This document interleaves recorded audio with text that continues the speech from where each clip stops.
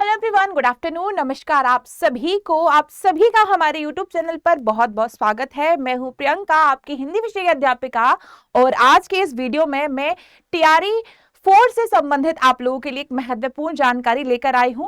तो please video को शुरू से लेकर अंत तक पूरा देखें। सबसे पहले तो बहुत सारे स्टूडेंट के दिमाग में एक सवाल आ रहा है कि क्या मैम बीपीएससी टीआरई 4.0 में माइनस मार्किंग है या नहीं, तो इसको हम आज पूरा क्लियर करेंगे। सबसे पहले तो यहाँ पर एक चीज ध्यान देना, लिखा हुआ है कि आप लोगों की परीक्षाओं में पहले भी 5 विकल्प आते थे, अब भी 5 विकल्प ही आएंगे। ठीक है, लिखा हुआ है बिहार लोक सेवा आयोग द्वारा आयोजित बहुविकल्पीय परीक्षाओं की उत्तर प्रणाली को और भी ज्यादा पारदर्शी करने के लिए उन्होंने कुछ नए नियम लाए हैं। जैसे पहले की व्यवस्था क्या थी कि आपको कोई एक विकल्प चुनना होता था, ठीक है, और अगर आप कोई भी क्वेश्चन अटेम्प्ट नहीं करना चाहते हैं तो आप उस विकल्प को छोड़ देते थे।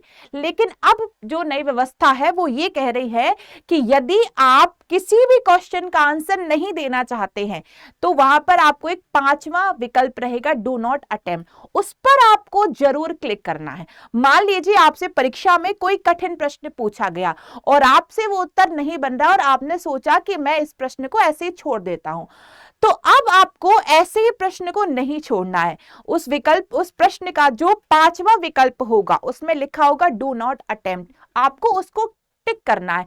अगर आपने डू नॉट अटेम्प्ट टिक नहीं किया तब आपका 1/3 यानी तब आपका माइनस मार्किंग होगा और फिर आपका यहां से 1/3 नंबर कटेंगे। ठीक है, लिखा हुआ विधिवत परीक्षा व्यवस्था को अधिक सुदृढ़ और प्रमाणिक बनाने के लिए एमसीक्यू की परीक्षाओं की अब प्रत्येक प्रश्न के लिए 5 विकल्प प्रदान किए जाएंगे, जिसमें विकल्प ई का मतलब क्या होगा, ध्यान से सुनो। विकल्प ई का मतलब होगा प्रयास नहीं किया गया, मतलब नॉट अटेम्प्ट, कि आपने इसको अटेम्प्ट किया ही नहीं है। यदि अभ्यर्थी प्रश्न का उत्तर देना चाहता है तो वो 4 विकल्पों में से किसी एक का चयन करेगा, और यदि अभ्यर्थी प्रश्न का उत्तर नहीं देना चाहता है तब वो ई का चयन करेगा, मतलब आप नॉट अटेम्प्ट आप उस पर क्लिक कर देंगे। ठीक है, और यदि आप उन 5 विकल्प में से किसी प्रकार का चयन नहीं करते हैं तो ऐसे प्रत्येक अनुत्तरित, मतलब एक ऐसा प्रश्न जिसमें आपने आंसर नहीं दिया है, फिर उसमें आपको नकारात्मक अंक, मतलब आपने जो अभी तक आंसर दिए हैं उसमें से आपका 1/3 नंबर काटा जाएगा। ये जो है परीक्षा आयोग के द्वारा एक नई व्यवस्था निकाली गई है। वो अभ्यर्थी जो बहुत ही ज्यादा मेहनत कर रहे हैं, मतलब कह सकते हैं कि ये जो है नियम हमारे छात्रों के हित के लिए ही होगा।